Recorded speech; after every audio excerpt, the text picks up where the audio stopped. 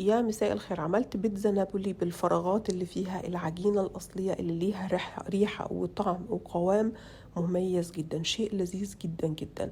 كوبايتين مية بحرارة الغرفة، عليهم نص معلقة صغيرة خميرة فورية، معلقة صغيرة من السكر، هقلبهم مع بعض واخليهم على جنب.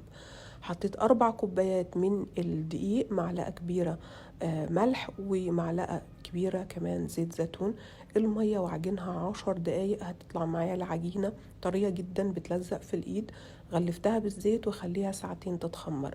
الخطوة الجاية مهمة جدا، بقطع العجينة ل4 كرات، بغلفهم بالزيت وبنخليها في التلاجة من يوم 1 لحد أسبوع، تفضل صالحة للاستخدام. أطلعها بحرارة الغرفة ساعتين، وبعدين أفردها وأحط عليها صلصة البيتزا والجبنة الفريش والريحان. طبعا خبزتها على حجر البيتزا، بسخنه لمدة ساعة سواء في الفرن، أنا استخدمت كمان الشواية.